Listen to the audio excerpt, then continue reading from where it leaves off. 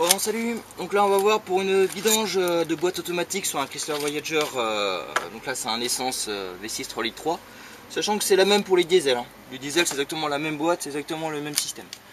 Donc pour ça, il nous faut de l'huile neuve d'avance, un petit bidon de rab avec de l'huile neuve au cas où, le filtre crépine avec son joint, et j'ai oublié la clé, il nous faut une clé à cliquer de 10. Et avec ça, on fait la vidange boîte. Donc c'est vraiment pas très compliqué. C'est à peu près tout ce qu'il nous faut. Donc je vérifie, ouais, maintenant du coup j'ai mis la vidéo sur l'écran, comme ça me permet de pouvoir voir ce que vous voyez, ça m'évite les conneries de la dernière fois. Donc pour mettre en vidange, enfin, pas très compliqué, hein, on débloque. Et vous voyez, c'est moi qui ai fait la vidange la dernière fois. Et ça fuit pas, hein. Et vous voyez, c'est vraiment pas serré. Parce que ça sert strictement à rien. Et donc, on débloque le tour de carter. Voilà. Tac. Et il me manque cette petite vis là, parce que du coup, j'ai été obligé de la changer. J'ai fait ce que j'avais, parce qu'il y a un nœud qui m'a serré ça comme un taré avant. C'est 18 Nm hein, le serrage. C'est que dalle. Hein. C'est vraiment pas fort. Donc je l'ai que desserré, mais j'ai pas dévissé. Hein. Parce que si vous dévissez, vous avez l'huile qui coule. Et donc on commence par défaire les vis du bas.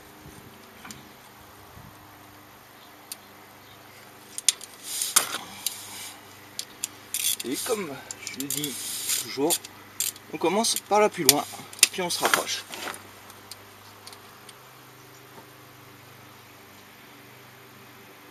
Voilà.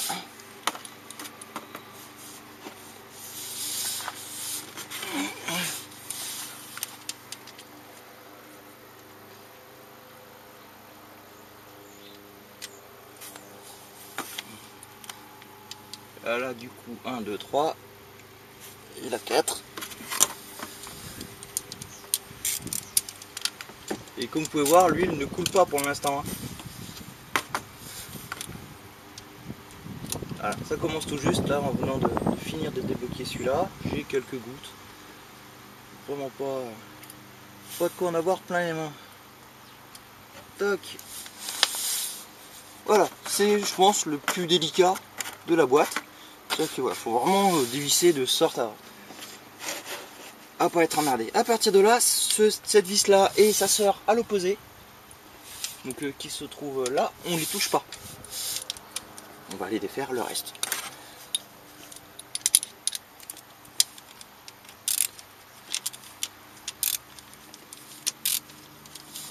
Voilà, je remets le petit coup supplémentaire. C'est celle, ouais, c'est celle-là, donc celle-ci j'enlève aussi.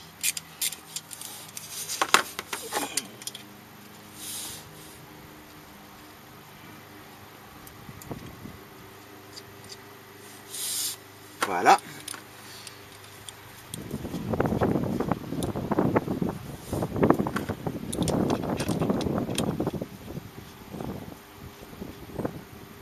Même pas, j'ai dit une connerie, c'est quand on remonte, je vais plutôt laisser plaquer ces deux-là tout en haut.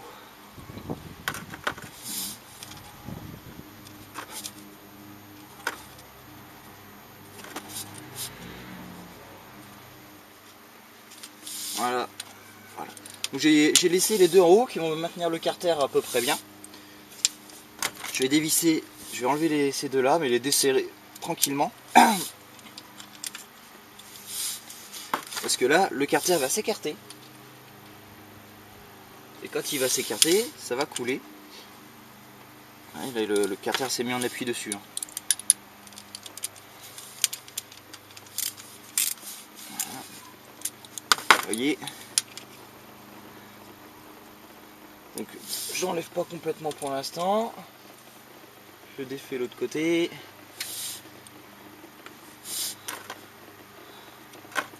Là, je l'enlève. Et voilà. Vous pouvez voir, ça coule légèrement, mais j'en ai pas du tout sur les mains. Hein. Et il me reste cette vis là et ça serre en face. Et celle-ci par contre on va les desserrer tranquillement, ça va ouvrir le carter. Vous voyez, pas grand chose hein. Tac. Tac.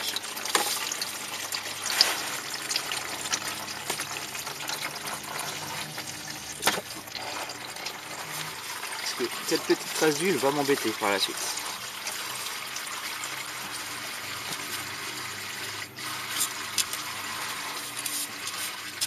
Vous voyez, là il y a quasiment plus d'huile dedans.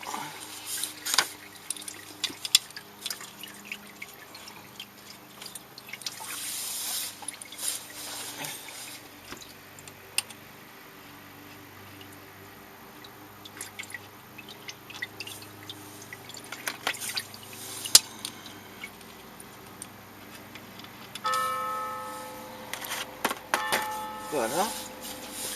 Est-ce que je vous dis que cette traînée d'huile allait m'embêter? Est-ce que je vais prendre le carter comme ça et je vais l'ouvrir.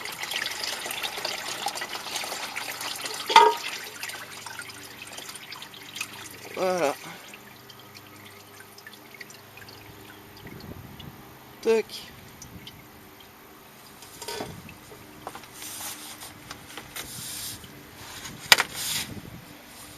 J'ai un peu de vent, il m'emmerde. Voilà. Je vais pas en prendre dans la gueule. Comme la vis. À partir de là, on va aller déclipper le filtre.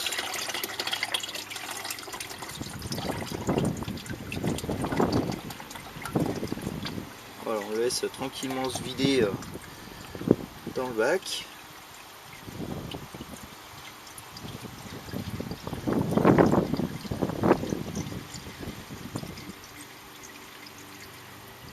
Voilà.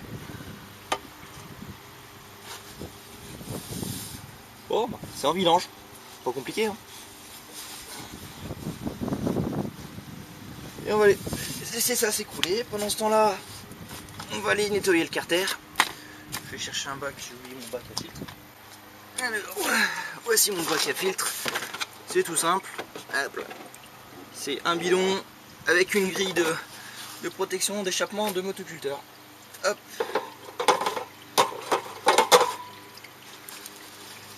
Et voilà.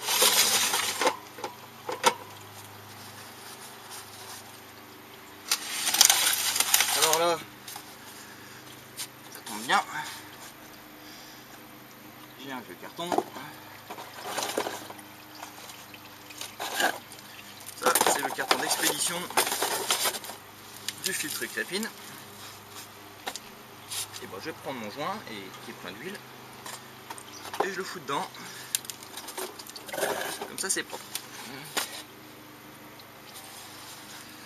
Alors, qu'est-ce qu'elle me dit l'huile?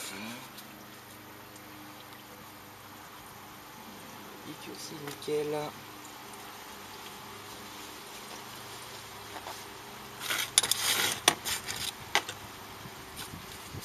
Bon, là, quand on met avec le joint, on n'a pas de pâte à joint à enlever. Ça simplifie énormément le travail parce que du coup, on n'a aucun nettoyage à faire quasiment.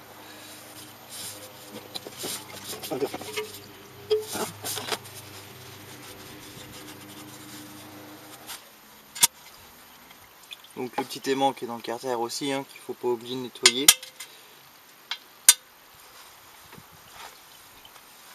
Hop. Donc pas compliqué, hein, un chiffon et puis on essuie. On peut le faire au dégraissant, mais là c'est un peu la dèche, je n'ai pas été en rechercher. Je vais chercher un chiffon parce que celui-là est bien. Bien là toi.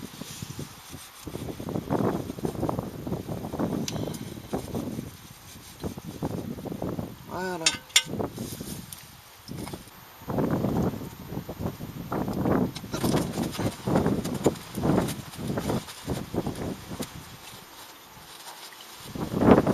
Voilà, donc on nettoie l'aimant vraiment parfaitement.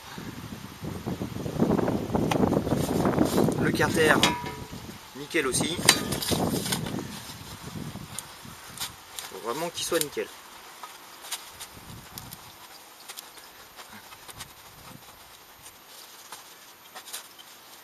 Alors l'aimant on le met bien dans la partie basse.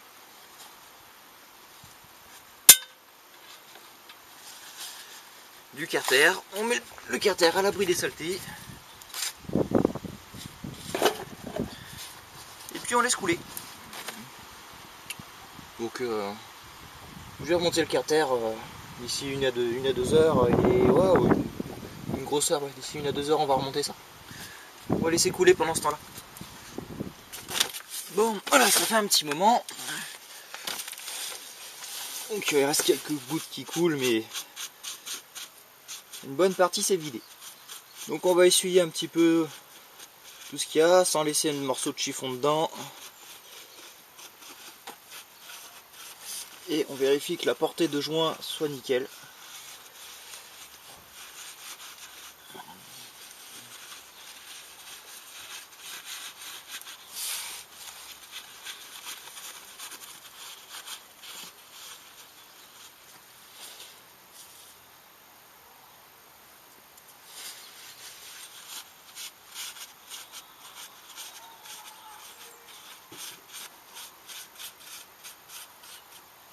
Voilà. On voit, il y a un petit peu qui vient, donc c'est-à-dire que c'est pas tout à fait vidangé complètement. Le problème c'est que j'ai d'autres choses à faire derrière et j'ai pas le temps de tout finir.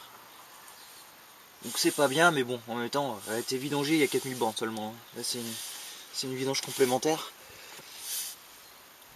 Pour avoir un renouvellement d'huile à plus de 95%. Hop là. Qu'est-ce que t'as, Calypso? Ouais. Donc, est-ce que vous voyez le carter au sol? Non. Voilà, donc le chat mécano qui se pointe. Alors, est-ce que je vais pouvoir faire quelque chose comme ça? Hop là. Voilà, donc là, on voit le carter, on prend un petit chiffon propre pour l'essuyage final.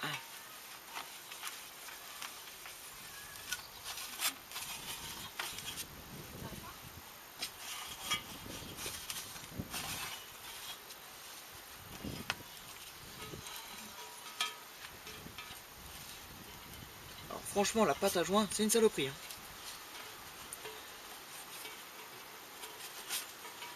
Et à mon avis, c'était ça qui me faisait chier dans la boîte. Parce que j'avais des comportements un peu aléatoires et à mon avis, il y avait un morceau de joint qui devait se promener quelque part dedans. Donc voilà. On prend un petit peu d'huile.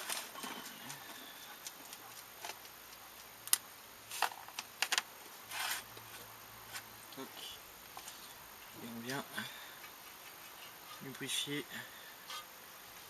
proprement la portée du carter.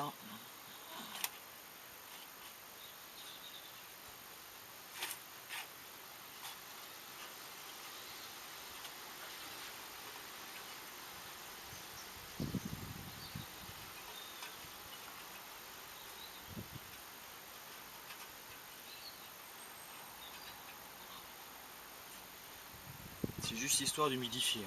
C'est pour que le joint vienne bien se coller dessus. Et ça va aussi aider à l'étanchéité.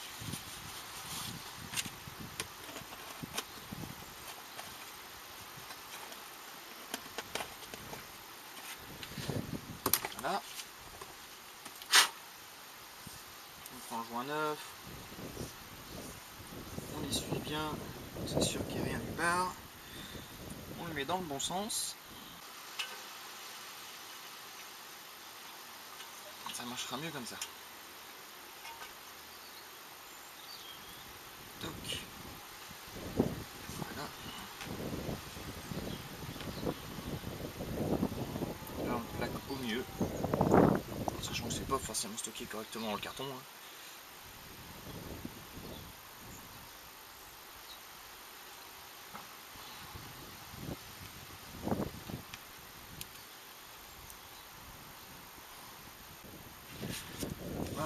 partir de là, on va prendre des vis et on va commencer à visser le joint.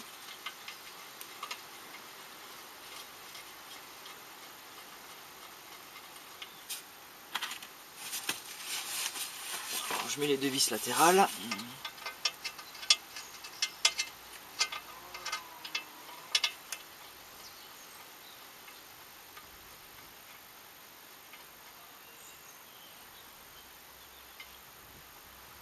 Voilà.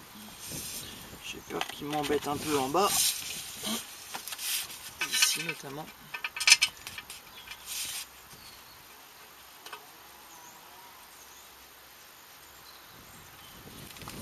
Et en haut, là.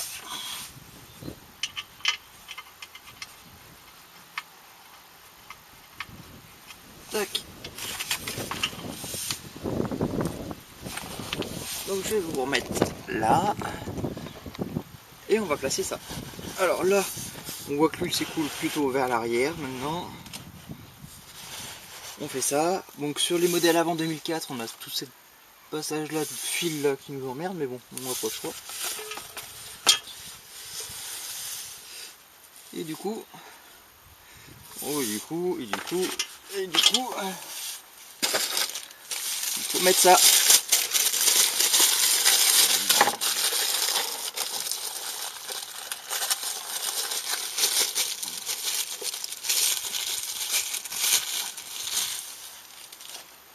Alors là, il faut huiler aussi le joint. Donc pour ça, on prend un peu d'huile.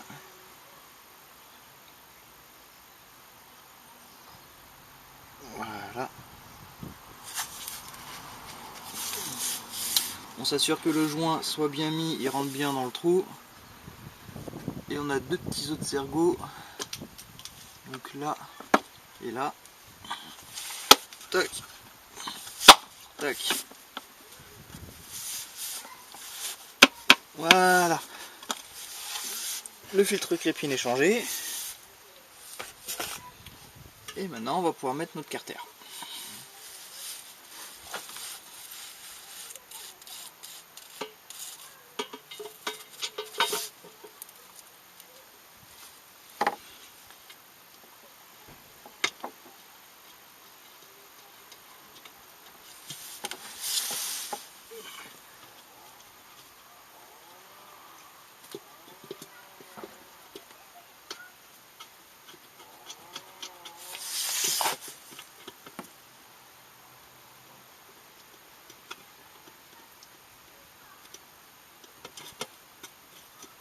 Et voilà,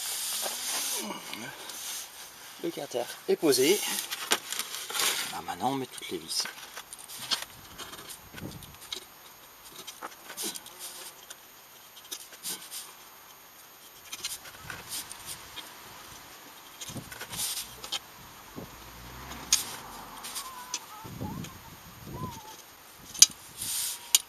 Donc là, avant d'aller mettre les vis du bas, je vais quand même rapprocher un peu le carter.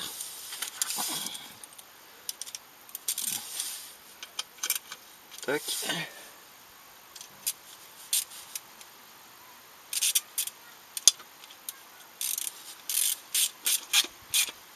Tac. Tac. Et un petit coup de chiffon. Donc on pousse le bac.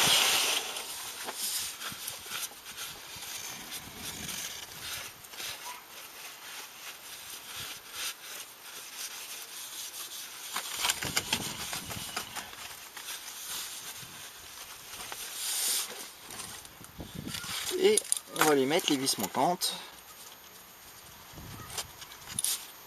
Et d'ailleurs, on va s'apercevoir que j'ai un petit endroit.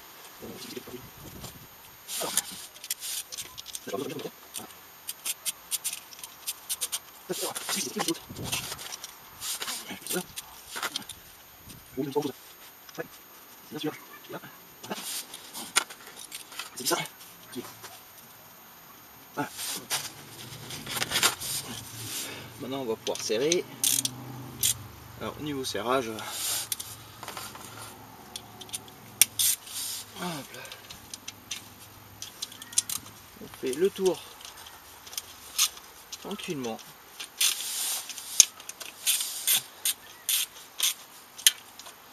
Et d'ailleurs on va en faire un paquet de tours.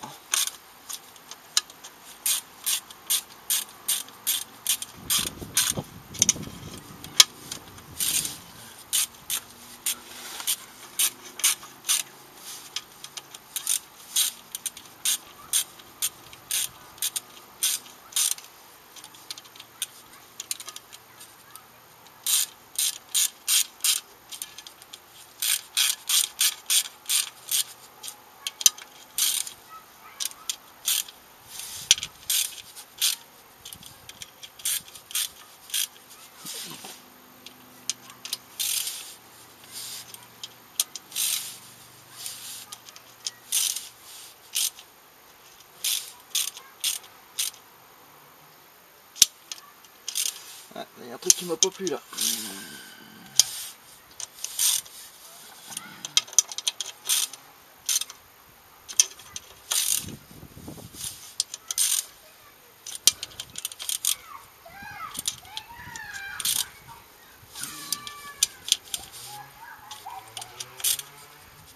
Voilà.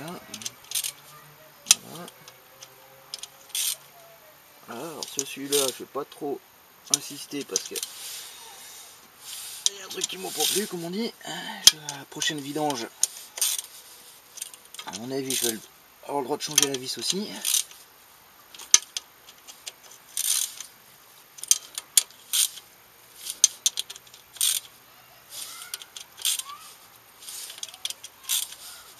Voilà.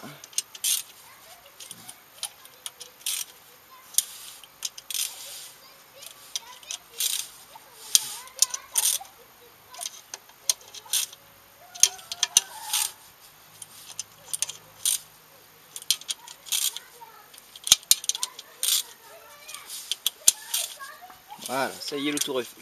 Voilà, ça s'approche plus. Et il n'y a pas besoin de plus.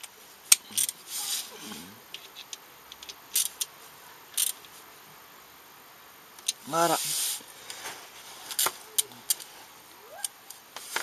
Ça y est, en dessous c'est fini. Voilà, donc du coup, on est passé en haut. On va remplir la boîte par la jauge. Donc, on met un entonnoir dedans. On prend l'huile neuve. Puis on met 4,5 litres dedans.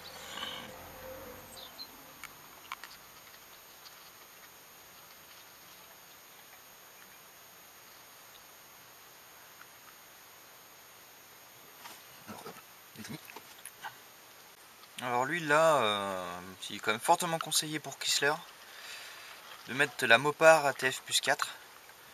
Donc après il y en a d'autres qui peuvent être compatibles et tout, et puis après on vient dire les BVA américaines sont pas fiables, machin, etc. Voilà, il y a une norme, c'est la MS 9602 qu'il faut respecter.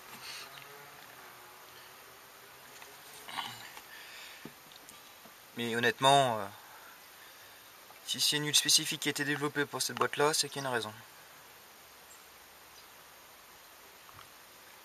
Parce que c'est pas du tout la même huile que les autres boîtes automatiques.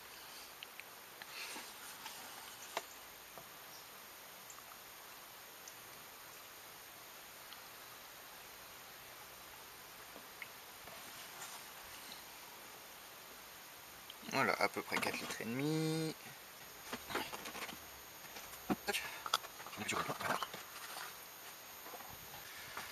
On remet la jauge et on va faire le niveau moteur tournant quand la vidange moteur sera finie.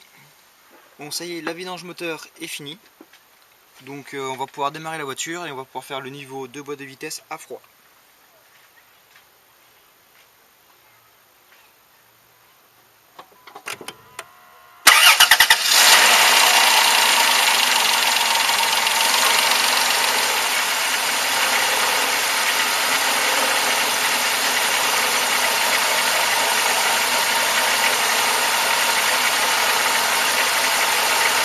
Alors, moteur tournant,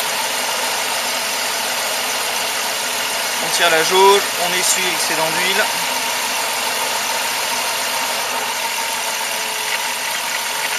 Et là, on a 4 trous, un mini à froid, maxi à froid, mini à chaud, maxi à chaud.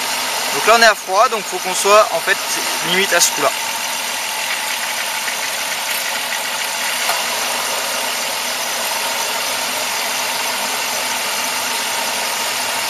Et c'est pas évident à voir. On a l'impression que le niveau il est là. En même temps j'ai pas fait bouger les leviers de vitesse. Et j'ai comme un doute. Faire bouger le levier de vitesse, on va bien voir.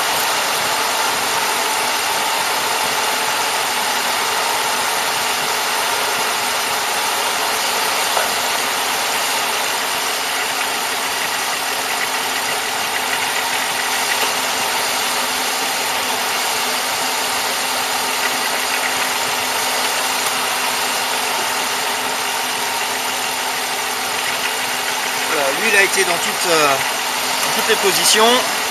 Ça a bien rempli les électrovannes, on a bien entendu ça pousse. Tac.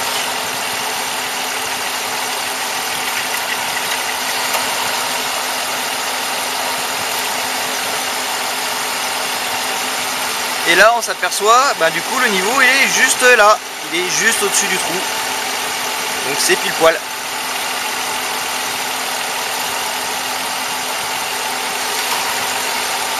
Voilà. Non. Bon la vidange de boîte est finie.